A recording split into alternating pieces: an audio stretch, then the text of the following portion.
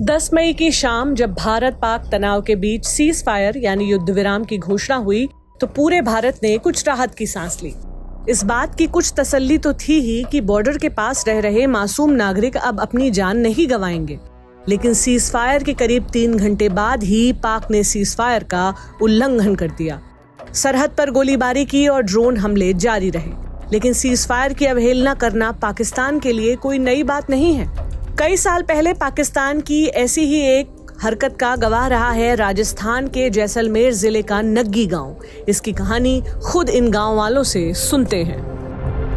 1971 में जब भारत पाकिस्तान का युद्ध हुआ तो सीज फायर के बाद 12 दिन बाद 16 दिसंबर को घोषित हो गया था सीज फायर, और 27-28 की रात को पता लगा कि भी पाकिस्तान ने धोखे से हमारी कुछ जगह पर कब्जा कर लिया है। तब हमारी सेना वहाँ पहुँची और रातों रात वहाँ पर उनके कब्जे से ये हमारी ज़मीन छुड़वाई गई। इसमें हमारे 21 जो सैनिक थे, इसमें से 4 अधिकारी थे और 17 सैनिक थे, वे शहीद हुए थे। पाकिस्तान की गोलीबारी और भारत की जमीन पर उनकी ओर से बिछाई गई लैंडमाइंस की चपेट में आ जाने से ये 21 जवान शहीद हुए थे। लैंडमाइन से हुए धमाके की आवाज बहुत दूर तक सुनाई दी। इसके बाद 4 पैरा रेजिमेंट की टुकड़ी ने योजना बनाकर 28 दिसंबर 1971 की रात 3 बजे पाकिस्तानी सेना पर धावा बोला और उन्हें इस जमीन से खदेड़ दिया। पाकिस्तानी सेना अपने हथियार छोड़ अपने देश की तरफ भाग खड़ी हुई। इस दौरान नग्गी गांव के स्थानीय ग्रामीणों ने भी सेना की हर संभव मदद की। गांव के बुजुर्ग हों या युवा, सबकी जुबान पर इसकी कहानी है। ट्रैक्टर का हाँ, वो उतार दिए, टैंक की आवाज करने लग गया ट्रैक्टर। अच्छा, तो ट्रैक्टर के ऊपर जो साइलेंसर लगा होता है वो आप लोगों ने ऊपर से उतार दिए और उनको खेतों में ऐसे दौड़ाया। हाँ जी, कम से कम 25-30 ट्रैक्टर थे। हाँ, और उनके साइलेंसर निकाल दिया हमने साइलेंसर। हाँ, और उनको फिर खेतों में ऐसे भगाया। हाँ, और उस आवाज मतलब इतनी ज्यादा हो गई थी, ऐसे लग रहा था जैसे असला हो। जैसे अच्छा, असले की आवाज आती है ना, जैसे कि टैंकर आ रहे हो। हाँ, टैंक आ रही हो जैसे। हाँ, आवाज वैसी हो गई थी तो वो घबरा गए थे दुश्मन देश वाले। हाँ, तो उससे बहुत बड़ी सपोर्ट मिली थी फौज को। अच्छा।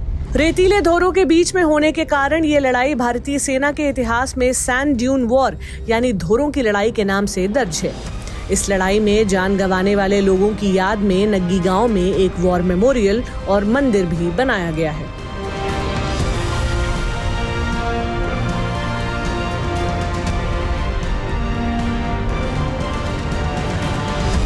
नग्गी स्मारक पर बने मंदिर में पुजारी का काम देखने वाले मोहन लाल खुद पाकिस्तान की उस नापाक घटना के गवाह रहे हैं। स्मारक के भीतर आज भी मोहन की तस्वीर लगी है।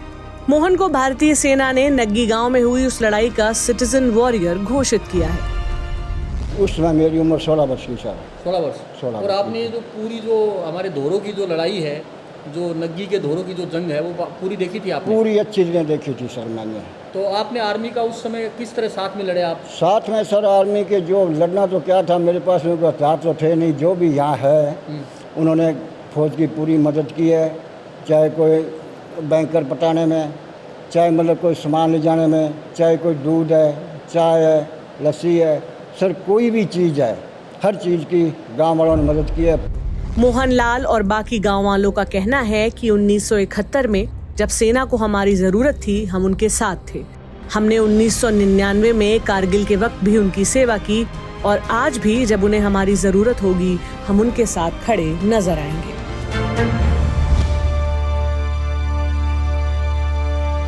इसी तरह की तसल्ली से भरी हुई एक्सक्लूसिव रिपोर्ट्स देखने के लिए सब्सक्राइब करें इंडिया टुडे हिंदी का YouTube चैनल और बेल आइकन जरूर प्रेस करें ताकि वीडियो अपलोड होते ही आपको खबर हो जाए।